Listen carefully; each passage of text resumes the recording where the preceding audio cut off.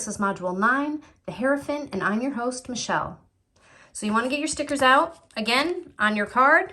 Put those stickers on there, and keywords that you're going to want to put on this card are guidance, inner wisdom, traditions, and teacher. Okay, so the Hierophant is the 6th stage in the Fool's journey of learning. All right, so the Fool has come across the Emperor and the Empress, which is the mother and father figure on his journey, okay? So he knows that they're both leaders of the kingdom, but what are they leading?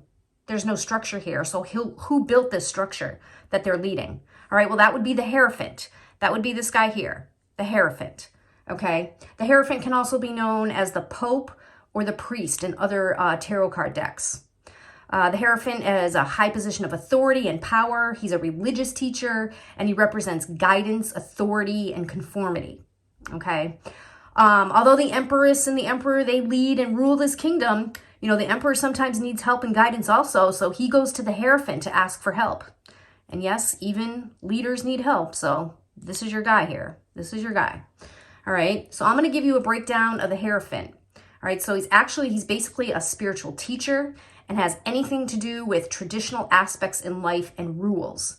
All right, so him and the Emperor, the Hierophant and the Emperor, they have very hard boundaries, really strong moral codes, moral character, and they work together. Okay, they often show up when you're in a hard situation and there's not something easy that you can break out of, something really hard to get out of, some kind of tradition that you got yourself into. All right. This card can represent anything from baptisms to weddings, marriages, forgiveness, teachings and ceremonies, pretty much anything that has to do with any type of old tradition. All right. So the Hierophant is a gatekeeper. All right. And he sits behind these two pillars here. Okay. He sits behind these two pillars, and he's also the counterpart to the High Priestess. All right. Notice that she also sits behind two pillars if you look back at that card. All right. This represents balance. These two pillars here represent balance, and they connect the heavens. So this is the bridge to heaven, and they connect the bridge to heaven. All right. The pillars on the side that he's holding up his hand, this one here represents severity, and the one here with the other pillar holding the hand with the staff, this represents mercy. So severity and mercy for these two pillars here, but balance, okay? All right, although this card is the number 5, as you can see up at the top, number 5 here. Although it's a number 5, there's a lot of, 5 means change. Okay, so this card can also represent change, but there's many symbols in here of 3s. There's a lot of different symbolizations of 3s in this card. All right, he's wearing 3 robes. All right, and also a crown that has 3 tiers on it up here, the 3 tiers. These symbolize the world that he rules. Okay, he rules the conscious, the subconscious, and the higher self. So that's what the robe and the crown represents. All right, he has a 3-tiered staff in his hand right here. All right, this represents the Father, Son, and the Holy Ghost. His hand here that's raised to the heavens. All right, this is his, religious blessings, how he channels his energies, basically channeling the energies from heaven. Same thing as like in the Magician card, as above, so below. That's what he's doing here. Okay, let's see. We've got the pupils down here. These pupils here are also known as monks and students, and they symbolize the transfer of knowledge. All right, the monks also have shaved heads, as you can notice here. They have shaved heads, and that represents their sign of their religious devotion and their humility, okay?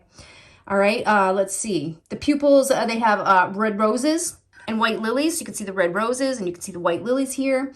Those symbolize their desire to learn, as well as the purity of their minds, all right? And also, if you notice up on here on top of the crown, there's a W up there. Pamela Coleman Smith, who's the illustrator of this tarot deck, she added the W up here on top of the crown in order to honor Arthur Waite, who was the co-creator and the author of the Rider-Waite-Smith tarot deck. That's why it's called Rider-Waite-Smith. Rider-Waite is the co-author, and Pamela Coleman Smith was the illustrator of this deck. Okay, so if you see at the bottom here, you've got some keys that are crossed.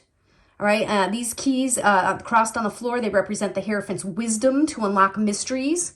They're kind of like his eyes into heaven. All right, other key words that can represent this card that you might want to write down are morality, status quo, religious beliefs, sacredness, institutions, transferred knowledge, and reliable advice. All right, so when you get this card in a reading, it can mean that you're kind of in a learning stage of your life, soaking up knowledge, and right now, being like a mentor. A mentor may appear for you to help you and guide you along your way. Absorb all the information that you can and apply it to what you know as you move on through your new chapter in life. So it's all about guidance and wisdom and being mentored. All right, this card can represent that you might be a teacher or suggest that you be a mentor to others or be mentored by others. So you can either teach or be taught in this card. All right, you might be feeling pulled to build up your education. If you are, it's time to do it now. All right, if you're looking for a new job, consider a leadership role in this job, for going for a leadership role, because, red is all about authority. All right, and you can see there's a lot of red in this card. Okay, so it's also telling you now's not the time to be investing in wild new ideas and trying new things with your money.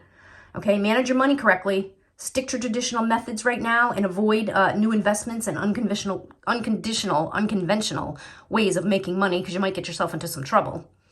All right, so when it comes to relationships, this card can mean that both partners are on a path to a more traditional kind of a relationship and they share similar values. All right, it can also mean a card of commitment or marriage. If you're single, it suggests that you might want to go out to an established type of a community to meet someone, such as a class, a gym, a school environment, any type of social kind of event that's kind of traditional. You might be thinking about old traditions that you used to do as a child, or maybe you're getting curious about family heritages and traditions that your ancestors practiced. And now's the time to educate yourself on that, on all those old family customs. Bring them back to life. Bring them back into the present time if you want to. All right. Again, the Emperor card suggests that taking a more traditional approach to your health, keeping it simple and focus on healthy habits and get back to basics. Don't be fooling around with your health, and especially in this card. The Emperor, the Emperor and the Hierophant, they work together. They're kind of two peas in a pod almost. All right, so if you feel like you're in a funk in your life right now, now's the time to implement some more magic in your everyday life. Add a ritual to your daily spiritual practices. Have faith, all right? Have faith that things are going to play out in their own time, in their own way, as they're meant to be, okay?